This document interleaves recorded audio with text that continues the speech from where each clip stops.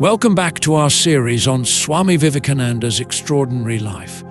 In today's episode, we delve into Vivekananda's journey that takes him from the vibrant and unconventional atmosphere of Greenacre to the refined yet restrictive circles of New York's elite.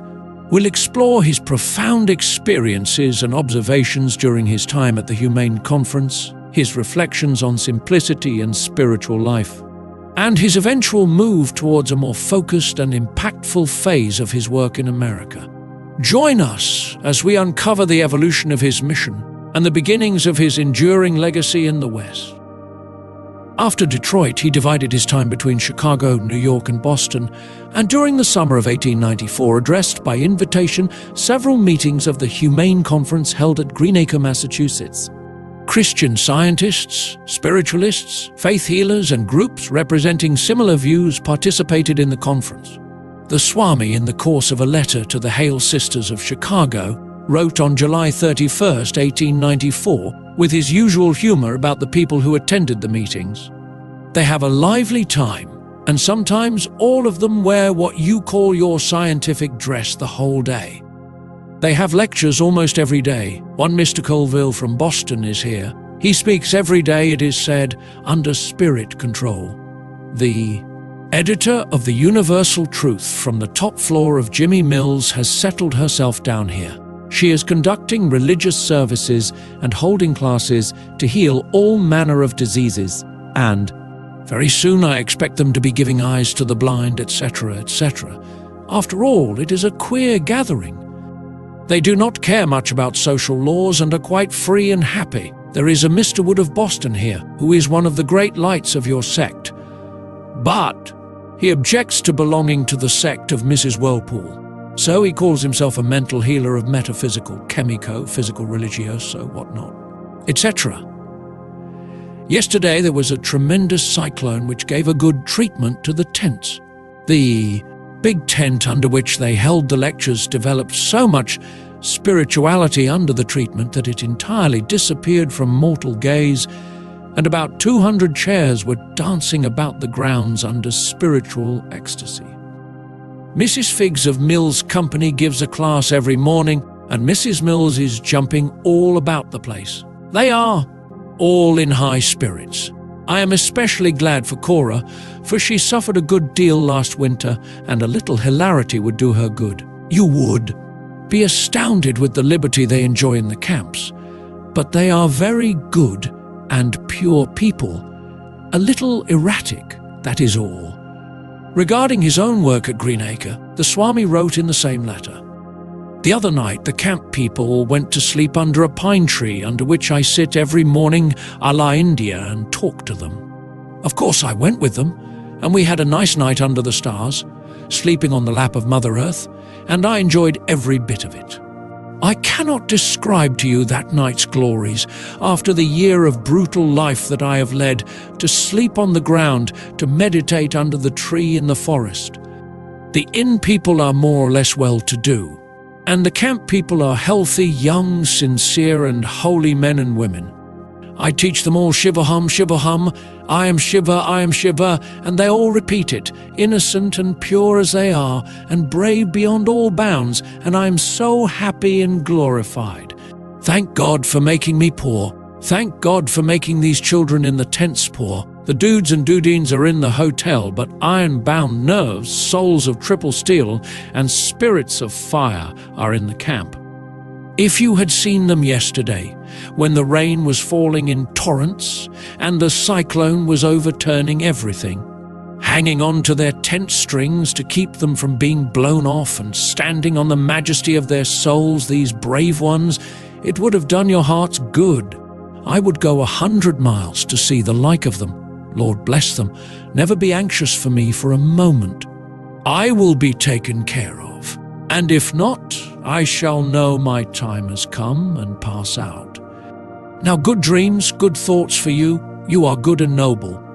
Instead of materializing the spirit, that is, dragging the spiritual to the material plane as these fellas do, convert matter into spirit. Catch a glimpse at least every day of that world of infinite beauty and peace and purity, the spiritual, and try to live in it day and night. Seek not, touch not with your toes anything which is uncanny.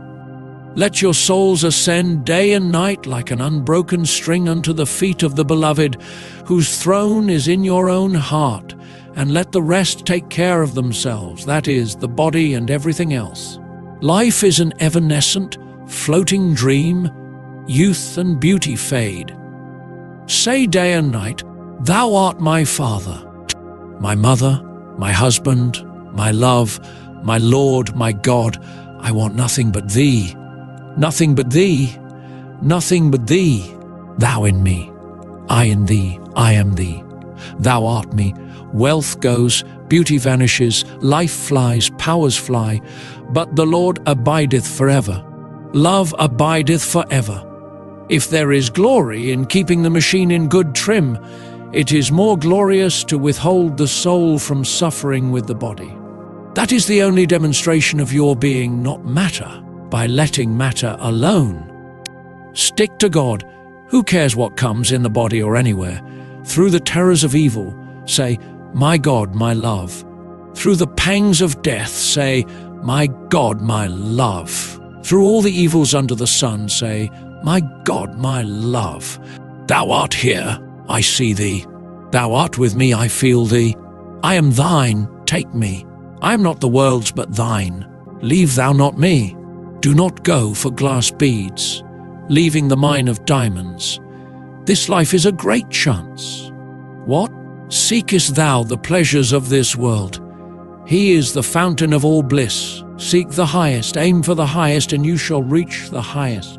At Greenacre, the Swami became a friend of Dr. Louis G. Janes, director of the School of Comparative Religions organized by the Greenacre Conference, and president of the Brooklyn Ethical Association. The following autumn, he lectured in Baltimore and Washington. During the Swami's visit in New York, he was the guest of friends, mostly rich ladies of the metropolitan city. He had not yet started any serious work there. Soon he began to feel a sort of restraint put upon his movements. Very few of his wealthy friends understood the true import of his message. They were interested in him as a novelty from India. Also to them, he was the man of the hour. They wanted him to mix with only the exclusive society of the right people. He chafed under their domination and one day cried, Shiva, Shiva! Has it ever come to pass that a great work has been grown by the rich? It is brain and heart that create and not purse. He wanted to break away from their power and devote himself to the training of some serious students in the spiritual life. He was fed up with public lectures. Now he became eager to mold silently the characters of individuals. He could no longer bear the yoke of money and all the botheration that came in its train. He would live simply and give freely, like the holy men of India. Soon, an opportunity presented itself. Dr. Louis Janes invited the Swami to give a series of lectures on the Hindu religion before the Brooklyn Ethical Association. On the evening of December 31st, 1894, he gave his first lecture. And according to the report of the Brooklyn Standard, the enthusiastic audience, consisting of doctors and lawyers and judges and teachers, remained spellbound by his eloquent defense of the religion of India. They all acknowledged that Vivekananda was even greater than his fame. At the end of the meeting, they made an insistent demand for regular classes in Brooklyn, to which the Swami agreed. A series of class meetings was held and several public lectures were given at the Pouch Mansion, where the Ethical Association held its meetings. These lectures constituted the beginning of the permanent work in America which the Swami secretly desired. Soon after, several poor but earnest students rented for the Swami some unfurnished rooms in a poor section of New York City. He lived in one of them.